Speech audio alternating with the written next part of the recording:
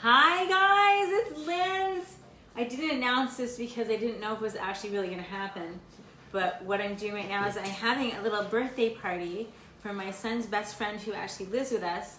And it's his 24th birthday, so we are making appetizers to go along with his dinner. And I'm making the pizza that I'm always talking about. So I'm going to show you guys exactly what I'm doing, because in this house we're very low carb, we're very healthy, and we choose to find alternatives to our favorite foods. And that's what this is all about, guys, right?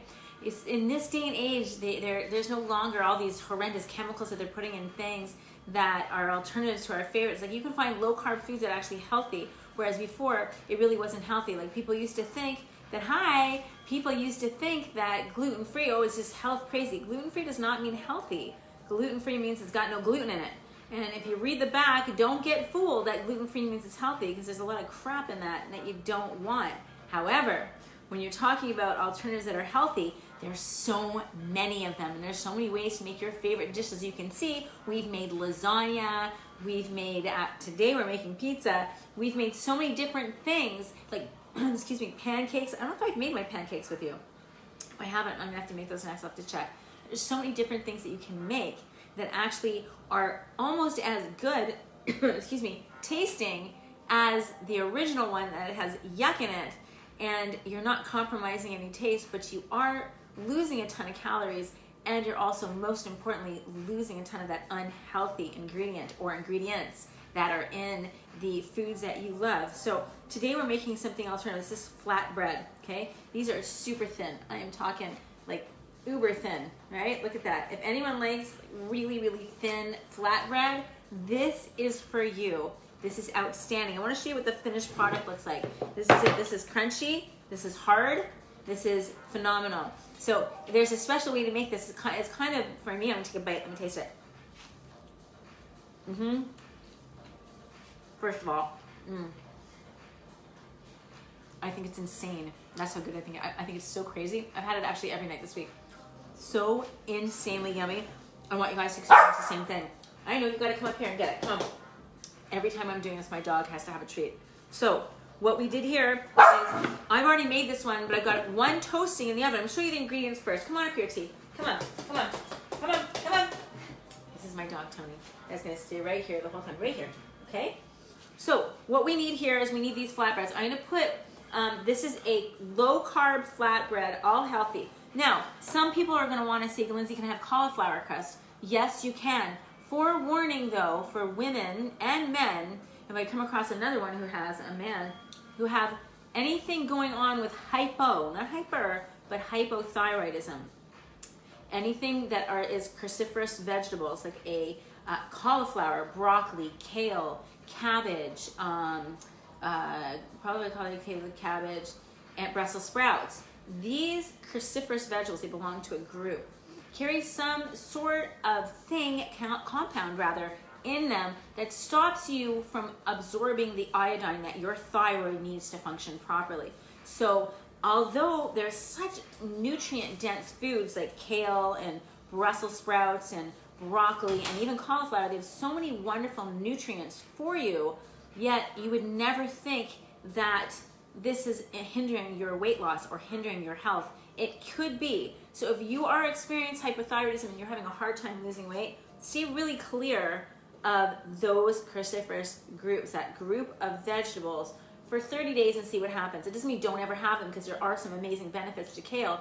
But if you are experiencing lower weight loss than normal, slower rather, and if you're also experiencing sluggishness, tiredness, and you know that your thyroid is somewhat compromised, stay away from it. This is what happened to me. I literally got off that and I dropped 5 pounds. I'm the exception though, because I eat a pound of kale a day. I literally was eating an entire bag of kale, and every meal that I had broccoli in it for dinner. Anywhere I went out, I had salmon and broccoli. I mean, I mixed it up, but broccoli's my go-to, and kale's my lunch. And I juiced kale, I did everything with kale. And I did not know this, and I'm a nutritional therapist, I did not know that this much would cause such a huge, huge problem, because I am hypothyroid. And I try to take care of things through food. And then, you know, if it gets bad enough, I'll definitely, you know, take a different route. But 3 Foods so far has been good, except when I did that. So please know that if you are slow of weight loss, and if you are sluggish and you already have a slower acting thyroid, may not be even low or may not be even slow, but on the lower end, try not to have these as much in your diet. Again, that's the cruciferous vegetables, broccoli, kale, cauliflower, Brussels sprouts, and cabbage. Now, the thing about the problem with that is, for me, you're not getting any more, honey. The problem is that, see, we as a society right now are on a big kale and cauliflower kick. And so many people, and I know especially 40 and over right now, are really trying to watch what they eat and really trying to take care of themselves. And this is what's prevalent in the market today, this cauliflower. But that too is a bit of a marketing play. So I want you guys to be careful when you look at the cauliflower. Read the ingredients. When they see cauliflower crust, some of those cauliflower crusts are literally, they just add a little bit of cauliflower to wheat, which I'm not approving of. Anything wheat I don't approve of unless it's sprouted wheat. Here. Those, when they add that to it, they can say it's a cauliflower crust. So read your ingredients, okay? Because if it doesn't say just cauliflower and nothing else, it's not a cauliflower crust. They can add this much and call it that. So be really, really smart with what's going on here. Okay, so this is my invention. This is the most phenomenal thing for me. This is an appetizer in my house. I have this for dinner. No, you're not getting any more. I'm sorry. No. And I think that you guys are really going to enjoy this too, because who doesn't like pizza? My dog is desperate to eat. Okay, so this is what's going to happen here. I'm going to show you guys how to make this. This is the finished product for those of you who just come on. Yes, there's a bite missing. That's my bite. This is crunchy. This is yummy. This is a few. Whoa, we have a dog on the table. Hold on a second. What are you doing? What are you doing, my stunning creature of love?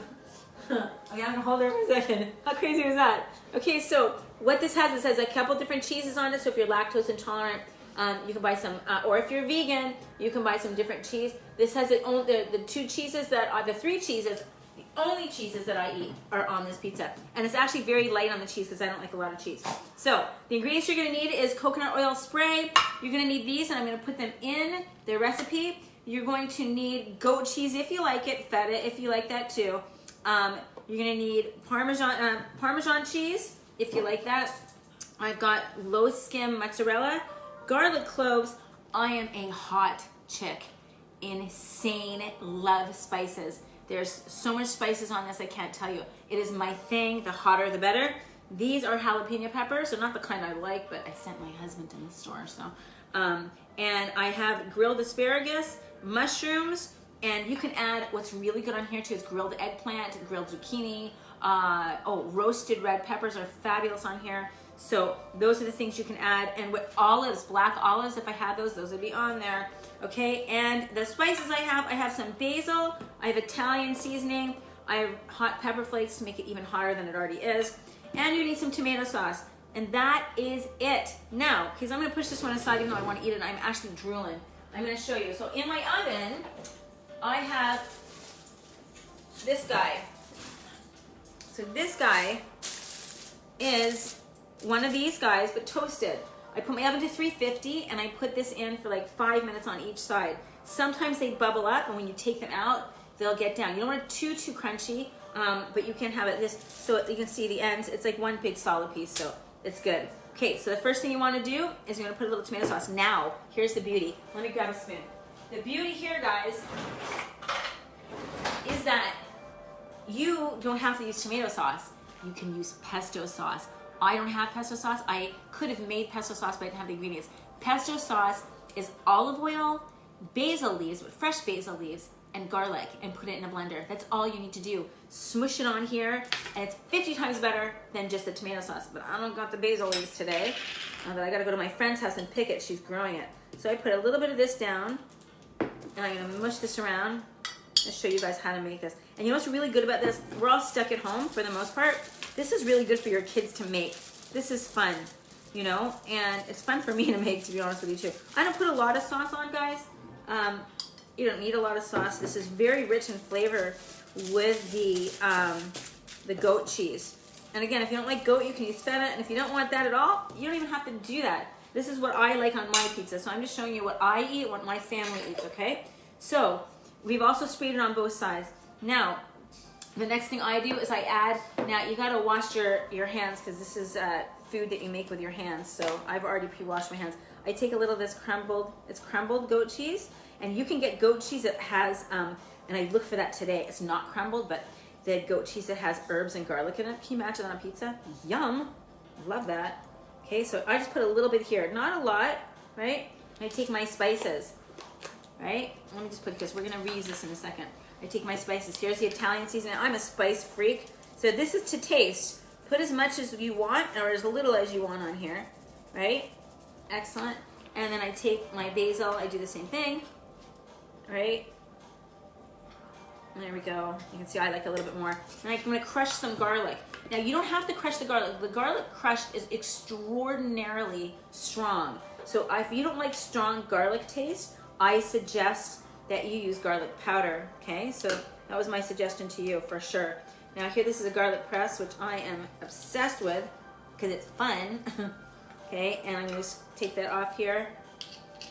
Okay, and I have just a little bit of garlic here. I'm gonna put the other one in because I am a garlic fanatic. Give me garlic, give me wine, and I'm happy. There we go. Good, okay, so let me put this down here. And we got our garlic here. Actually, I'm going to use my fingers for this. Put a little bit of garlic everywhere. Now, this again, please do it to your taste because if you don't like garlic, you don't want it on here. And this is also raw garlic, so what you can do if you're going to saute some vegetables to put on here, you can definitely put the garlic in with the vegetables. I happen to like it like this. Let me grab a napkin. Hold on, guys.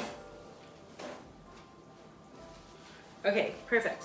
Okay, so next, we're going to add just a little bit of cheese here. Okay, this one, the part skim low fat mozzarella. It still melts really good even though it's got a little bit of less fat in it, a lot less fat in it actually, and I like it. Now, I don't really load this up too much because this is so flavorful with that goat cheese and the garlic, and the spices.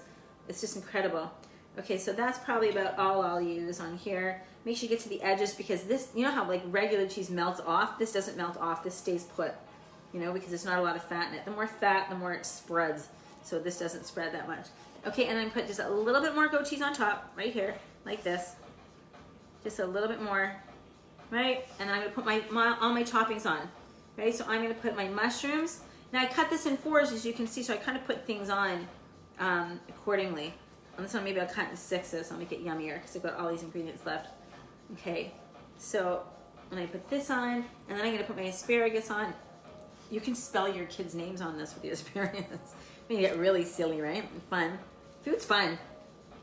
Right? You can have fun with it. And put the asparagus on like that. And then for me, I am, again, major hot food lover. Can't get hot enough for me. Without a doubt, I am in love. And I'll put hot sauce on this when I'm done. Okay, good. And here, I'm going to put a few more in here because I'm going to eat this one. That's excellent. And then just a little bit more cheese on top of this one. Here we go. Excellent. Okay, and a little bit more of this. There we go. And then I take a little bit of this guy. This is my organic Parmesan cheese, and it's hard. It's real cheese. It's grated, and I like that. It's the sticks rather than the powder, if you will. I put like just a little bit because it adds like a little bit of a tang to it, and it's super yummy. Okay, that. And then we're gonna put back on our spices. I'm putting hot pepper flakes, guys, because again, I like it hot. Hot pepper flakes and Italian seasoning. Seriously, this easy, honestly. Excellent. You can put some garlic powder on top of here too if you want. That's where I would add the garlic powder always also, if I'm using garlic powder. And then I add a little bit of basil. And we are done with the pizza. It's that easy. Can you imagine just setting up a line of stuff and having your kids do it? And then you take this guy, you stick it in your oven like I'm gonna do now. Ready? Stick it in your oven on 350. Now remember, it's already toasted, so it's already hard. You wanna get a little hard, not too hard, but almost hard, because it gets hard again, right? And then it comes out like this. You slice it with your pizza slicer. I'm gonna show you if I make this in sixes. And it literally is that easy. And you can make them in sixes.